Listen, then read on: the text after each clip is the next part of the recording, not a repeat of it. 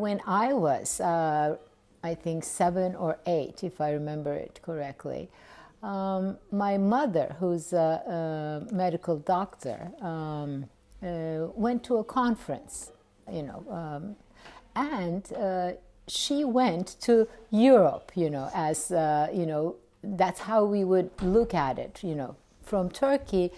In fact, Europe looked more united than probably it ever was. But, you would go to Europe, or someone would just return from Europe. You wouldn't specify a country or a city in a funny way.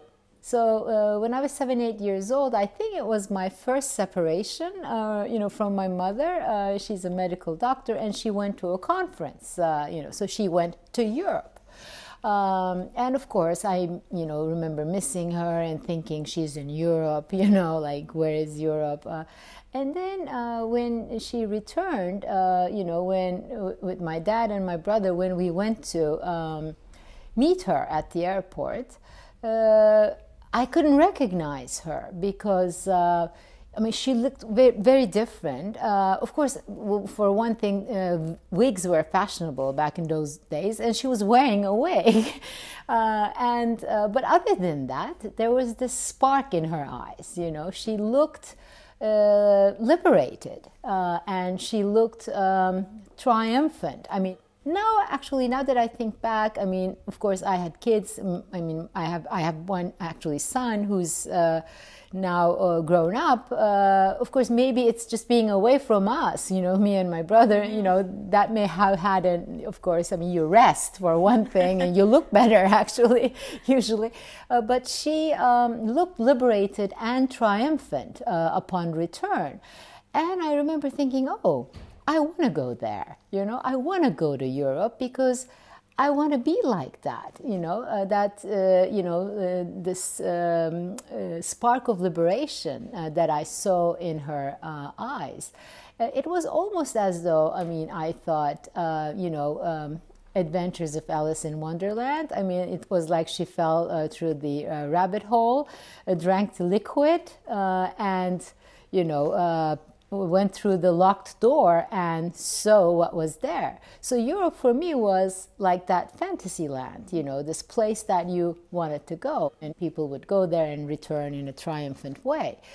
But then, this is of course when I was 7, 8 years old, as I said, but later in life, when I became, an academic, I was conducting a research in my late 20s, early 30s, about the guest worker issue, in Europe. Many people, from Turkey, after the 1961 agreement, went to various European capitals. And I actually specifically studied women who went to, places like Hamburg, Berlin, through family reunification, who joined their husbands who went there in advance. And then I also studied women who were left behind, their husbands went and then they stayed behind in their villages. And something very interesting happened. The women who went to Europe following their husbands through family reunification, who either, ended up working there or not working there, felt not liberated at all. In fact, they felt more restricted in their daily lives because, their husbands or fathers or brothers, they felt like they are in a foreign environment and they wouldn't let them go out of the house. There was even a film made. It was called 40 Square Meter Germany, I think. It's like this little house, and this, woman lived her life there. Unable to go out because the male members of the family wouldn't let her go out. So then I understood that freedom is a much more complex thing. Exposure to Europe didn't necessarily liberate you, automatically. You needed other things for that. And strangely enough, in that research, the women who were left behind in their villages they were so liberated because the male members of the family were gone. They were there on their own, sharing their lives with the female members of the family, and the remittances were being sent, and they had become the decision makers in the family about how the remittances were going to be spent, taking decisions about the education of their children. So that kind of, I learned that freedom is a lot more complex than it looks, and just going through the locked door, entering the fantasy land did not necessarily make you free.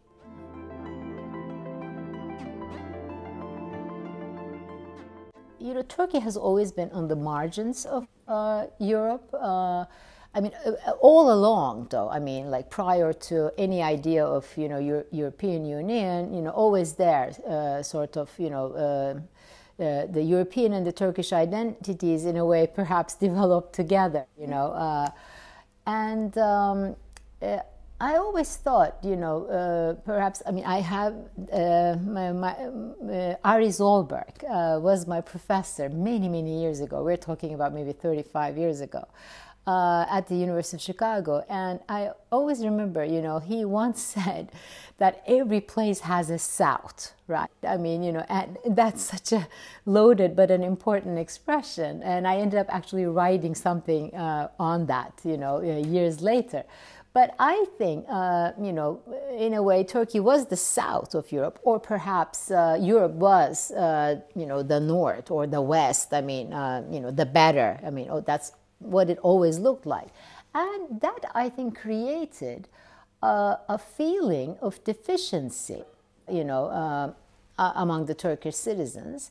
But while that was there, that feeling of deficiency, and there's always this better, especially for my generation, always this trying to become a member of the European Union, no matter how hard you try, it's not happening, kind of, the doors are not opening, it's been the story of our lives, really, for my generation. So there's always this sense of deficiency that you're not good enough. But then the history books are teaching you about this, national glory. You're supposed to derive a sense of pride, from national history, yet you don't feel very good about yourself. So I always thought that paradox of low self-esteem together, with pride, right, was this really awkward thing in the Turkish psyche. And at some point I thought maybe it had to do with not coming to grips with the Armenian genocide, the issue of the Armenian genocide, that, you always knew there was something wrong, but you never expressed it. You didn't know what it was. You were supposed to feel proud, but you were also feeling, this low self-esteem. So I thought it's this paradox that is embedded in the, the culture a bit, and I think it has a lot to do with this relationship with Europe too.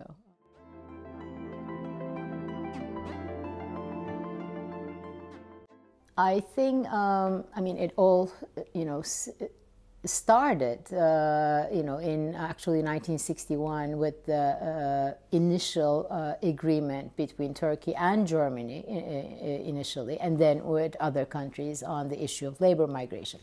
Labor migration phenomenon was not a long shot thing. In fact, it, many scholars declared the death of the guest worker, which basically means, either in fact became a more permanent migrant or, actually returned. But the phenomenon was no longer there by, 1980s. But the fact that it started, in 1961 through a bilateral agreement, initially with Germany and then other countries, I think it left a huge mark on the landscape of Europe. It actually contributed to the diversity of Europe in a major way.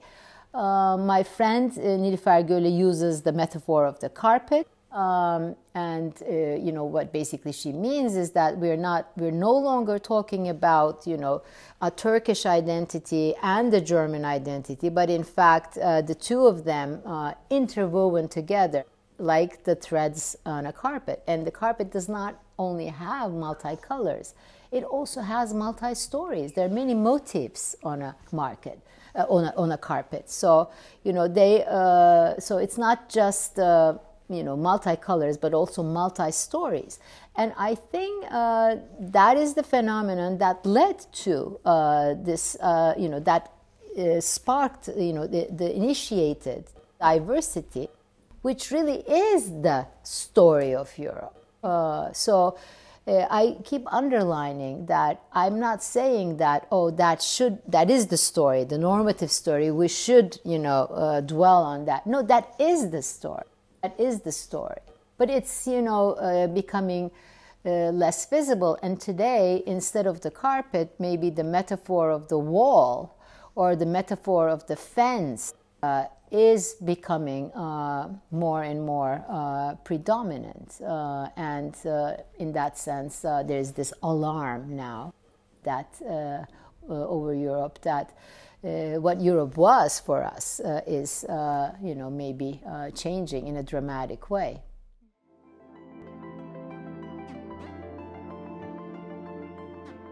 It seems like, from what I observe in in national politics, in several members of the EU, we are witnessing an upsurge of a kind of authoritarianism that we have never seen before.